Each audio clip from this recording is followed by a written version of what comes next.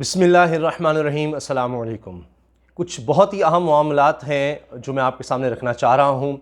एक तो ये कि वज़ीर-ए-आज़म समेत दीगर अहम शख्सियात को तौहीन अदालत का नोटिस भेज दिया गया है और 14 दिन के अंदर अंदर जवाब तलब किया गया है। ये बहुत ही अहम मामला है। इसके अलावा फ़ौजी अदालतों से जिनको सज़ाए मौत दी गई थी या उम्र कैद या 14 से 15 साल की सज़ाएँ, वो तमाम कलअदम करार दे दी हैं और रिहाई का हुक्म दे दिया है पेशावर हाई कोर्ट ने। और इस हवाले से भी हम बात करेंगे और जस्टिस जनाब वक़ार सेठ साहब के हवाले से बड़ी अहम डेवलपमेंट्स हैं, वो हम डिस्कस करेंगे क्योंकि ये दोनों जो मैंने मामला बताए उनमें उनका नाम है। और अब ये तकरीबन 196 एग्जैक्ट नंबर है जिनको रिहा करने का कह दिया गया है और फ़ौजी अदालतों से इन दहशतगर्दों को सज़ाएँ दी गई थी। अभी तकरीबन 100 ऐसे केसेस हैं जिनके बारे में रिकॉर्ड मंगवाया गया है। एक और अहम डेवलपमेंट ये हुई है कि अख्तर मेंगल साहब, बलूचिस्तान नेशनल पार्टी मेंगल के जो सरबराह हैं, PNP मेंगल के, उन्होंने ऐलान कर दिया है कि वो हुकूमत से अलहदा हो रहे हैं। यानी वफाकी हुकूमत के साथ उनका इल्हाक था, कोलिशन थी, और उन्होंने कौमी असम्बली में तकरीर करते हुए ऐलान कर दिया कि वो अब तहरीक इंसाफ की हुकूमत का हिस्सा नहीं रहेंगे वफाक में। तो 4 उनके कौमी असम्बली के मेंबर थे और ये एक बड़ा धचका है। इसके अलावा जस्टिस काजी फ़ाइज़ साहब के केस में बहुत अहम डेवलपमेंट है और आज वो ख़ुद अदालत में पहुँच गए। वहाँ क्या हुआ, क्या कुछ उन्होंने कहा, ये सब बहुत अहम है, इस बारे में भी हम बात करेंगे।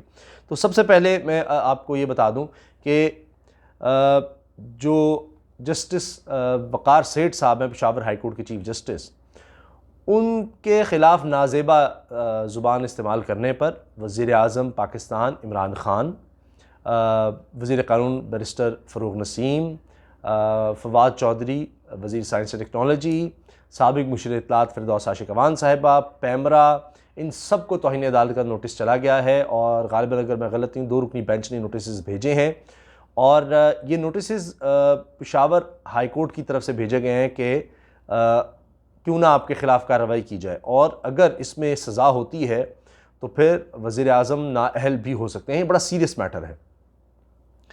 जस्टिस वक़ार सेठ के हवाले से मैं अर्ज़ कर दूं कि उनके ख़िलाफ़ नाजेबा ज़ुबान इस्तेमाल करने का जो केस बनाया जा रहा है या नोटिस भेजे जा रहे हैं, ये उस मामले में है कि जब स्पेशल एक बेंच की तरफ से ये फ़ैसला आया था परवेज़ मुशर्रफ साहब के ख़िलाफ़ और उसमें जस्टिस वक़ार सेठ भी शामिल थे, तो उसमें इन्होंने जो फ़ैसले में बात लिखी थी, उसमें इन्होंने ये भी लिखा था जस्टिस वक़ार सेठ ने कि परवेज़ मुशर्रफ साहब को फांसी दी जाए, सरेआम फांसी दी जाए, इस्लामाबाद के चौक में फांसी दी जाए और उसके बाद उनकी लाश को वहाँ पर लटकने दिया जाए, फिर उनकी लाश को सड़कों पर घसीटा जाए। तो ये पूरा पैरा था, पूरी एक तफसील थी कि तो इस पर हुकूमत की तरफ से फ़रूग़ नसीम साहब, फ़िरदौस आशिक़ अवान साहिबा, शहज़ाद अकबर साहब, इन लोगों ने एक प्रेस कॉन्फ्रेंस की और उसमें कहा कि जी मज़हब में, कानून में इस तरह करने की गुंजाइश बिल्कुल मौजूद नहीं है। और यहाँ तक कह दिया गया फिर इस प्रेस कॉन्फ्रेंस में कि पेशावर हाई कोर्ट के चीफ जस्टिस जस्टिस वक़ार सेठ अनफिट हैं, मेंटली ज़हनी तौर पर इस काबिल नहीं है कि वो जज रह सकें, क्योंकि ज़हनी तौर पर कोई भी शख्स अगर सेन हो और उसकी ज़हनी सलाहियत ठीक हो तो वो ऐसा फ़ैसला नहीं सुना सकता। अब ये बात हो गई थी और ये दिसंबर 2019 की बात है। अब इतने महीनों के बाद इस बारे में अब दरख्वास्त आई और फिर पेशावर हाई कोर्ट से ये नोटिस भेज दिए गए हैं। वज़ीर-ए-आज़म समेत दीगर लोगों को तौहीन अदालत के नोटिस हैं और 14 दिन के अंदर जवाब तलब कर लिया गया है। अब ये एक बड़ा सीरियस मैटर है, वज़ीर-ए-आज़म इमरान ख़ान को तौहीन अदालत का नोटिस जाना, और सारा मामला मैंने आपके सामने रख दिया है कि वो क्या केस था और उसमें क्या डेवलपमेंट हुई थी। अब पेशावर हाई कोर्ट के चीफ जस्टिस जस्टिस वक़ार सेठ साहब एक और बेंच में शामिल थे, 2 रुकनी बेंच था, उसमें समाअत हो रही थी फ़ौजी अदालतों के फ़ैसलों के ख़िलाफ़। फ़ौजी अदालतें बनाई गई थी, दहशतगर्दों को जो पकड़ा जाता था, ज़ाहिर है कई कई साल मुकदमे चलते थे, तो जल्दी मुकदमात निपटाने के लिए आइन में तब्दीली करके, और ये नून लीग के दौर में हुआ था, तो मेरा जहाँ तक ख्याल है नून लीग के दौर में ही हुआ था अगर मैं गलत नहीं हूँ। बहरहाल तो उस वक्त फिर ये कहा गया कि फ़ौजी अदालतों की ज़रूरत है, फ़ौजी अदालतें बनाई गई। तो वहाँ से फिर कुछ को सज़ाए मौत भी दहशतगर्दों को, कुछ को उम्र कैद और 14 से 15 साल की सज़ाएँ। उनमें से ये तकरीबन 300 दरख्वास्तें हैं, तो 196, 200 भी कहीं तादाद रिपोर्ट हो रही है कि उन लोगों का तो यानी रिहाई का हुक्म दे दिया है पेशावर हाई कोर्ट में, जिसमें जस्टिस वक़ार सेठ हैं, उसकी ज़ाहिर सरबराही कर रहे होंगे उस बेंच की, और दूसरे एक जज साहब हैं। और बाकी का रिकॉर्ड जिनका मंगवाया गया था, रिकॉर्ड नहीं पेश हुआ, तो वो रिकॉर्ड बाकी केसेस का मंगवाया गया है, उनका फ़ैसला बाद में होगा। तो ये एक बहुत ही अहम मामला है। अब देखिए कि इसमें यकीनन मेरा ख़्याल है कि अब आगे हुकूमत कुछ सोचेगी कि इसमें अपील में जाया जाए, क्योंकि इन दहशतगर्दों को या जिन पर इल्ज़ाम है, बड़े सीरियस एलिगेशंस हैं, इनको फौरी तौर पर इतनी बड़ी तादाद में रिहा करना बड़ा मसला बन सकता है। तो ये दो बड़े ही आम केसेस हैं जिनमें जनाब जस्टिस वक़ार सेठ का नाम आ रहा है। एक तो तौहीन अदालत का मामला, उसमें इनके ख़िलाफ़ जो बयान दिए गए थे उस पर तौहीन अदालत के नोटिस जाना, और फिर ये फ़ौजी अदालतों के फ़ैसलों का लदम करार देना, ये बिल्कुल साथ साथ ये दोनों फ़ैसले आए हैं। तो ये बहुत ही अहम डेवलपमेंट है।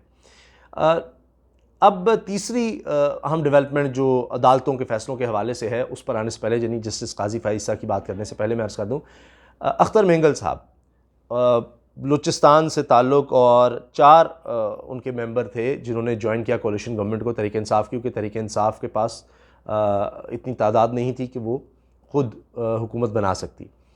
तो इसमें जो मैंने अदाद शुमार इकट्ठे किए हैं, तो उनके मुताबिक मैं आपसे अर्ज़ कर दूं कि इस वक्त नंबर गेम क्या है। तहरीक इंसाफ के 156 अरकान हैं कौमी असम्बली में, और MQM के साथ, ये कोलिशन की मैं बात कर रहा हूँ, MQM भी इत्तेहादी है।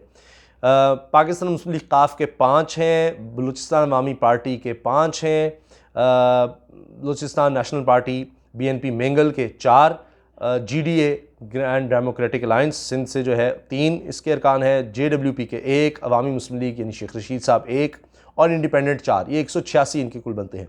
अपोजिशन के पास हैं जी 156 लोग कौमी असम्बली में।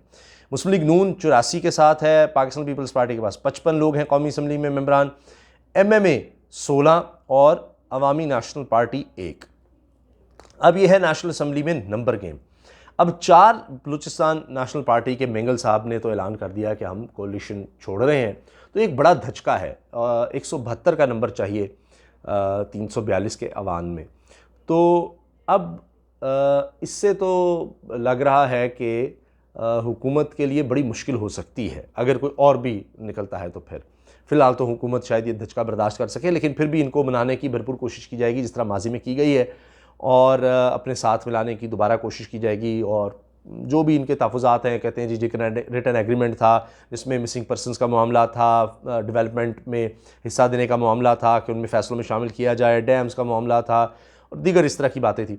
तो या तो उनके तहफ़्फ़ुज़ात दूर किए जाएंगे, पहले भी यकीन दहानियाँ करवाई गई थी कुछ फ़ंड्स वगैरह देकर, जो भी है तो उनको वापस लाया जाएगा, वरना फिर बजट में देखा जाएगा कि क्या होता है। तो बजट अगर हुकूमत पास करवा लेगी तो बड़ा कॉन्फिडेंस में आ जाएगी कि हमारे पास अभी भी नंबर्स हैं ऐसे। तो ये एक अहम डेवलपमेंट हुई है, और बहरहाल इस मौके पर उनका ये करना, लेन देन का मामला, यानी जिस तरह होता है ना गिव एंड टेक का, उसमें मेंगल साहब एक सौदेबाजी कह लें, तो बाकी भी फिर अब चाहे काफ लीग हो, जितनी भी कोलिशन दीगर जमातें हैं, उनकी बारगेनिंग की ताकत भी अब बढ़ जाएगी। तो हुकूमत के लिए ये एक बहुत बड़ी मुश्किल पैदा हो गई है। आखिरी बात, जस्टिस काजी फ़ाइज़ ईसा साहब का केस चल रहा है, और उसमें जो सुप्रीम जुडिशल काउंसिल में सदर मुल्कत ने मामला भेजा था कि इनकी बीवी और बच्चों के नाम पर बैरून जायदादें हैं, उनका ये जवाब दें।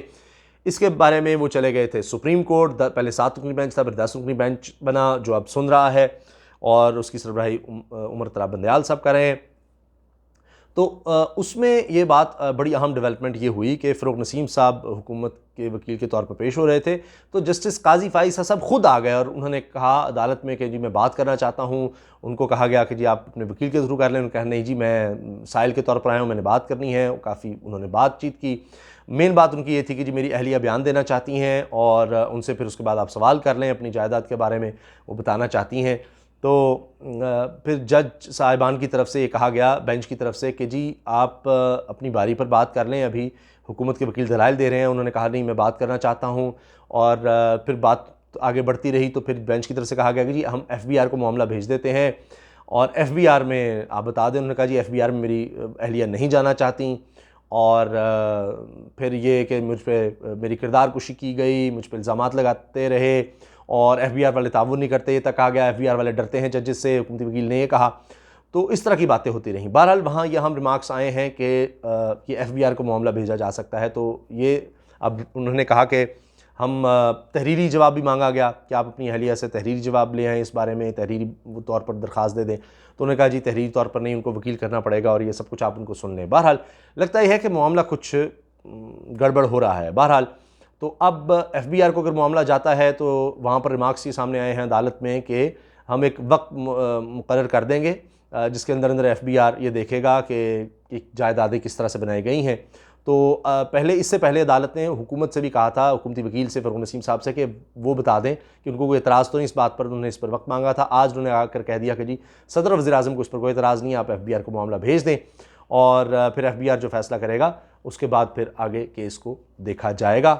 और उन्होंने कहा था, जज साहिबान ने भी कहा था बेंच ने, कि अगर आप एफबीआर को नहीं भेजना चाहेंगे तो फिर हम आपके दलाइल आगे सुन लेंगे। और एफबीआर जब भेज देगा और अगर उन्होंने ख़िलाफ़ फ़ैसला सुनाया जस्टिस काजी फ़ाइज़ा के और यानी उनकी अहलिया के कि भाई ये जायदादें को सही तरीके से नहीं बनाई गई या इसकी मनी ट्रेल नहीं है, तो फिर ये मामला और तरह से आगे बढ़ेगा।